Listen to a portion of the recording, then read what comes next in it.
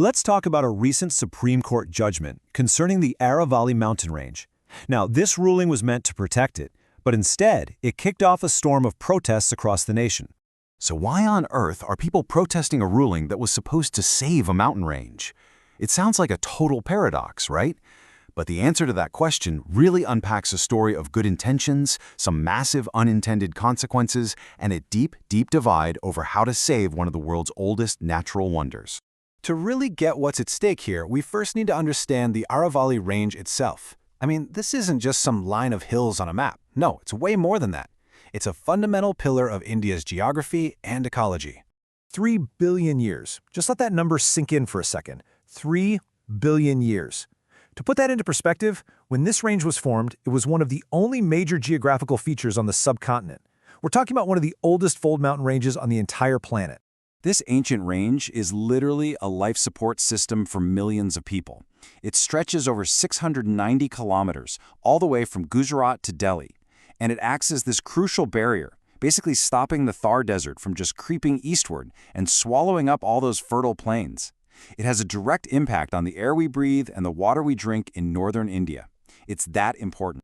But, and this is a big but, this absolutely vital ecosystem has been under assault for decades.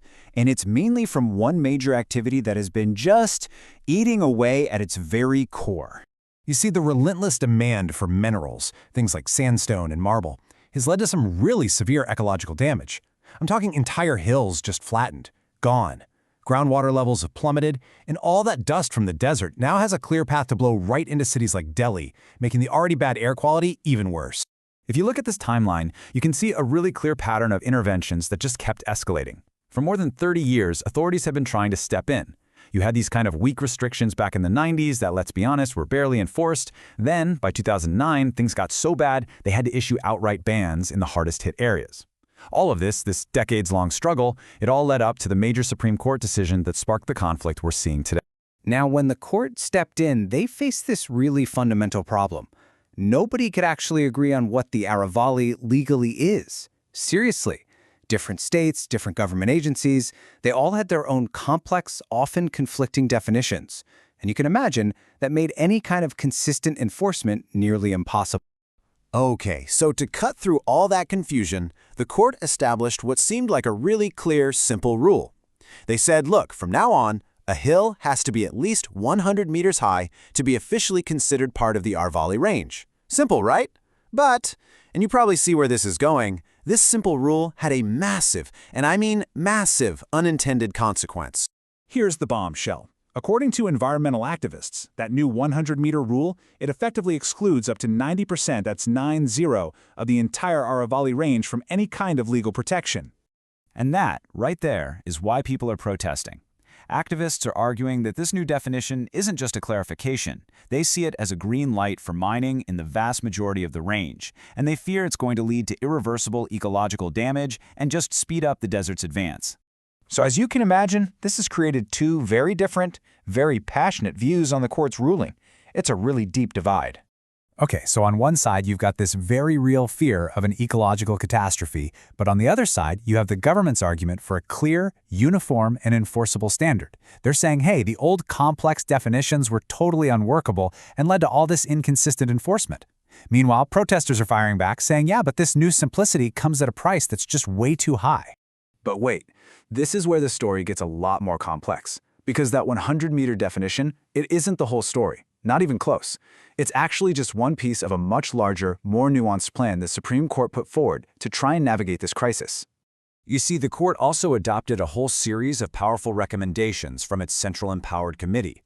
This outlines a much more cautious, scientific approach, and crucially, they've hit the pause button on all new mining across the entire range until they can complete a comprehensive scientific mapping and a huge environmental impact assessment.